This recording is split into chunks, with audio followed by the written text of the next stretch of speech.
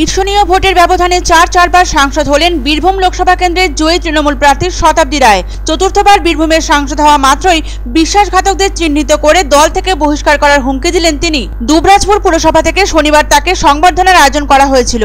সেখানে সস্ত্রীক উপস্থিত ছিলেন স্থানীয় তৃণমূল নেতা শিব ঠাকুর মণ্ডল।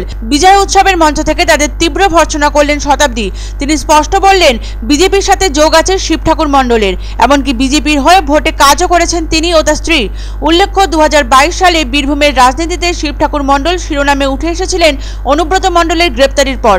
2023 সালের পঞ্চায়েত ভোটে দাঁড়িয়ে পরাজিত হন শিব ঠাকুর, তবে তার স্ত্রী জয়ী হয়ে বালিজুড়ি গ্রাম পঞ্চায়েতের প্রধান হন। 2024 লোকসভা ভোটে শিব ঠাকুর ও তার স্ত্রী লিপিকা বিজেপির সমর্থনে ভোট প্রচার করেছে বলে অভিযোগ জানান তৃণমূল সাংসদ শতাব্দী রায়। খয়রাশোলে প্রাক্তন ব্লক সভাপতির সঙ্গে অঞ্চল সভাপতিদের গোষ্ঠী কোন্দল সর্বজন বিদিত। তৃণমূল নেতৃত্বের পক্ষ থেকে এই কোন্দল মেটানোর বার্তা দেওয়া হয়েছে একাধিকবার। তাতে বিশেষ ফললাভ না হওয়ায় তৈরি করা হয় কোর কমিটি। 2021 বিধানসভা নির্বাচনে দুবরাজপুরে তৃণমূলের জয় না পাওয়ার অন্যতম কারণ হিসেবে পরিগণিত হয় এই গোষ্ঠীদ্বন্দ্ব। এবারের লোকসভা ভোটে ভালো ফল করেছে তৃণমূল, তাই বুথ কর্মীদের সম্মাননা জানানোর জন্য তৃণমূলের পক্ষ থেকে এক কর্মসূচি গ্রহণ করা হয়েছিল। বীরভূম লোকসভা কেন্দ্রের খয়রাশোলের গোষ্ঠডাঙ্গার মাঠে আয়োজন করা হয়েছিল বুথ কর্মীদের সম্মাননা অনুষ্ঠান। এখানে উপস্থিত ছিলেন বীরভূম লোকসভা কেন্দ্রের সাংসদ শতাব্দী রায়, ডেপুটি স্পিকার আশিস বন্দ্যোপাধ্যায়, জেলা তৃণমূলের কোর কমিটির সদস্য সুদীপ্ত ঘোষ, বিধায়ক বিকাশ রায় চৌধুরী প্রমুখ। এই অনুষ্ঠানে বক্তব্য রাখতে গিয়ে সাংসদ শতাব্দী রায় বলেন, দলে থেকে বেইমানি যারা করেছে আগে তাদের তাড়ানো হতো না, তবে এবার থেকে তাদের বহিষ্কার করা হবে। নবনির্বাচিত সাংসদ শতাব্দীর এই বিস্ফোরক মন্তব্যকে কেন্দ্র করে তুমুল বিতর্ক সৃষ্টি হয়েছে তৃণমূল শিবিরে। কেষ্টহীন বীরভূমে দুটি লোকসভা কেন্দ্রে জয়ী হয়েছে তৃণমূল কংগ্রেস। ঘাসফুল ফুটেছে বীরভূম ও বোলপুর লোকসভা কেন্দ্র দুটিতে, তবে বিজেপির ফলাফলও খুব একটা খারাপ নয় বীরভূম লোকসভা কেন্দ্রে।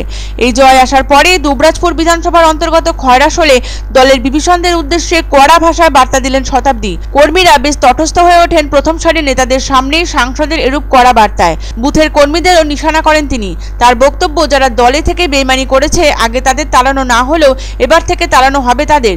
পাশাপাশি তিনি বলেন, তৃণমূল কংগ্রেসের পদ আগলে রেখেও বিজেপির হয়ে ভোট করিয়েছে দলের কর্মীদের একাংশ, তাদের চিহ্নিত করা হয়ে গেছে, এবার তাদের তাড়ানো হবে দল থেকে।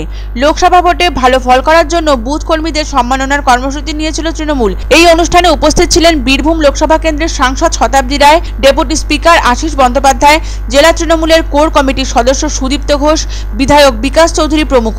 সেখানেই সবার সামনে শতাব্দী রায় বলেন, অবিলম্বে দল থেকে তাড়ানো হবে বিশ্বাসঘাতকদের। ভোট কর্মীদের সম্মাননা জ্ঞাপন অনুষ্ঠানে বীরভূম লোকসভা কেন্দ্রের তৃণমূল জয়ী প্রার্থী তথা চতুর্থবারের নির্বাচিত সাংসদ শতাব্দী রায়ের এমন উত্তপ্ত মন্তব্যে তুমুল বিতর্ক শুরু হয়ে গেছে তৃণমূলের অন্দরে।